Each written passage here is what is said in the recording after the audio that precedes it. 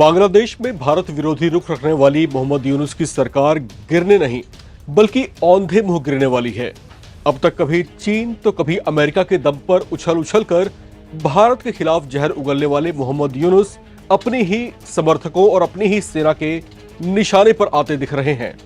मोहम्मद यूनुस को उनकी एहसान फरामोश होने की सजा मिल रही है। वो भूल बैठे थे कि जिस बांग्लादेश में सत्ता की कुर्सी पर वे बैठे हैं, उस बांग्लादेश को भारत ने ही पाकिस्तान से लड़कर और जीतकर उसके हुक्मरानों को खैरात में दिया था। बदले में मोहम्मद यूनुस ने यह सिला दिया कि भारत के खिलाफ बदनीयती रखने वाले चीन को अपनी जमीन और समुद्री सीमा का इस्तेमाल करने दिया।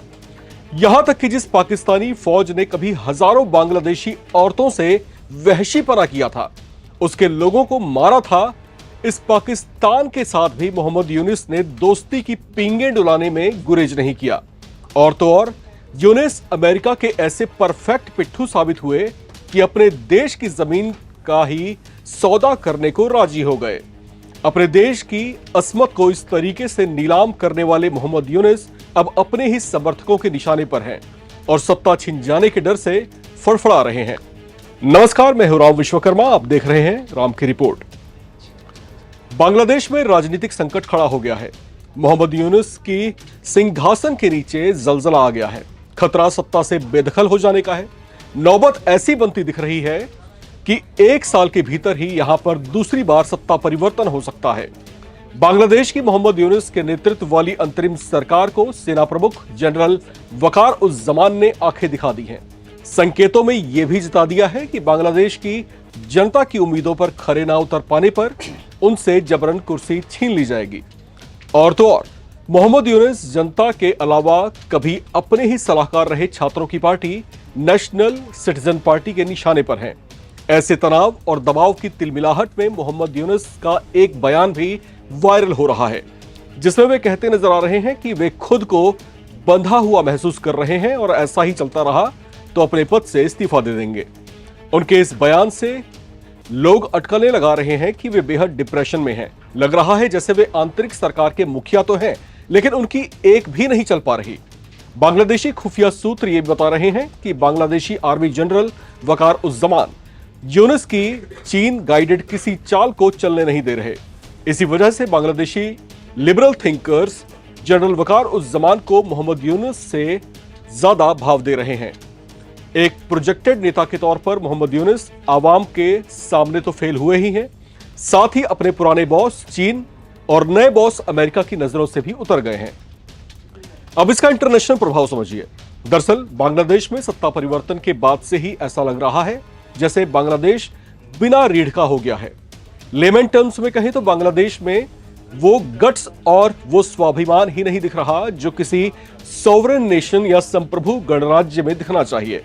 मोहम्मद यूनुस के शासन संभालने के बाद ऐसा लग रहा है जैसे वो कभी महाशक्ति चीन का संरक्षण पाने की कोशिश कर रहे हैं तो वहां दाल ना गल पाने पर अमेरिका का संरक्षण पाने की कोशिश में हैं।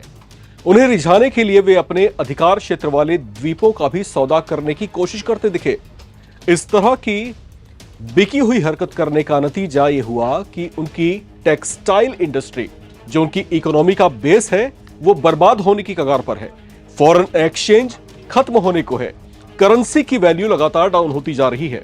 महंगाई लगातार बढ़ती जा रही है, जिससे आम जनता बेहाल है और मोहम्मद यूनुस को निशाने पर ले रही है। बांग्लादेश की आवाम को भी यह एहसास होने लगा है कि शेख हसीना से सत्ता छीना जाना कितना घातक साबित हुआ। यह तो जाहिर है कि अमेरिका किसी भी तरह से बांग्लादेश में अपनी पकड़ को मजबूत करना चाह रहा है। जिस तरह से वो लंबे समय तक पाकिस्तान का इस्तेमाल करता रहा, उसी तरह से अब बांग्लादेश की जमीन का इस्तेमाल भी अपनी सैन्य गतिविधियों के लिए करना चाहता है। बांग्लादेश उसके लिए एक इंपॉर्टेंट स्ट्रेटेजिक पॉइंट की तरह साबित हो सकता है, जहां से वो भारत के अलावा अमेरिका जो है चीन पर भी अपनी नजरें रख सकता है। मोहम्मद यूनुस के साथ डोनाल्ड ट्रंप की मजबूत दोस्ती के पीछे दुनिया भर में चर्चा यह है कि बांग्लादेश में शेख हसीना सरकार के सत्ता पलट और यूनुस को सत्ता में लाने के पीछे की पटकथा अमेरिका में ही लिखी गई थी। ऐसा दावा खुद शेख हसीना ने ही किया है। देश से निर्वासन का दर्द झेल रही शेख हसीना ने एक वीडियो संदेश जारी कर मोहम्मद यूनिस पर निशाना साधा है।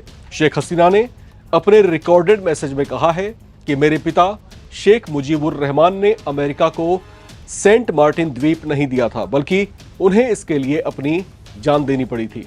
मेरे साथ भी यही हुआ, लेकिन मोहम्मद यूनिस ने बांग्लादेश की संप्रभुता को नष्ट कर दिया है।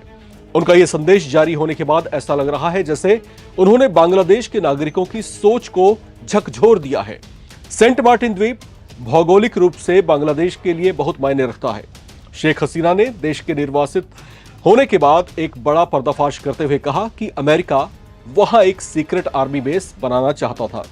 उसका दावा है कि पूर्व प्रधानमंत्री और बीएनपी नेता खालिदा जिया ने चुनाव में अमेरिकी मदद के बदले उन्हें यह द्वीप देने पर रजामंदी जताई थी। हसीना ने यह दावा भी किया कि मोहम्मद यूनिस भी सेंट मार्टिन द्वीप अमेरिका को सौंपने की कोशिश कर रहे हैं।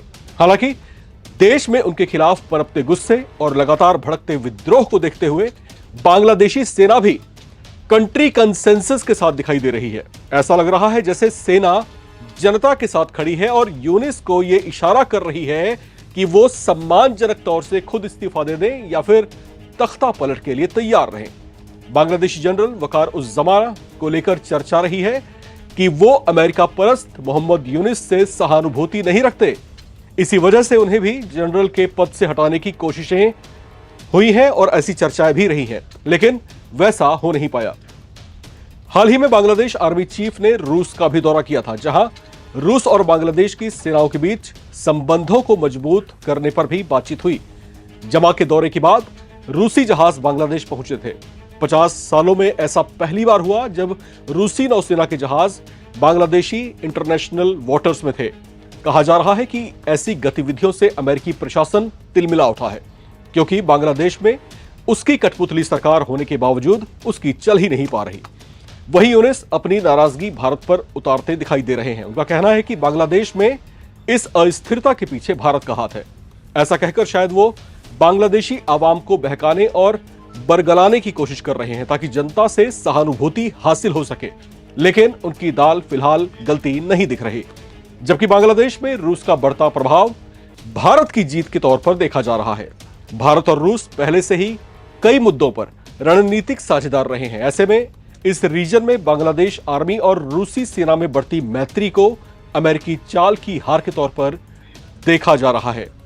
फिलहाल यहां पर अब जो स्थितियां बनती हुई दिखाई दे रही हैं, बांग्लादेश में हो सकता है कि जल्दी ही तख्ता पलट हो जाए। 5 अगस्त 2024 की वो तारीख थी जब शेख हसीना को सत्ता से बेदखल किया गया था। उन्हें देश से बाहर निकल जाने को मजबूर किया गया था। उनके समर्थकों के साथ में जमकर मारपिटाई हुई थी। उसके बाद से ही बांग्लादेश में अस्थिरता का माहौल देखा जा रहा है। मोहम्मद यूनिस, जो कि एक चर्चित नाम रहे हैं बहुत पहले से, उनको सत्ता के केंद्र में लाया जाता है इस उम्मीद के साथ कि बांग्लादेश में कुछ बड़ी क्रांति करके दिखाएंगे, कुछ बड़ा परिवर्तन करके दिखाएंगे।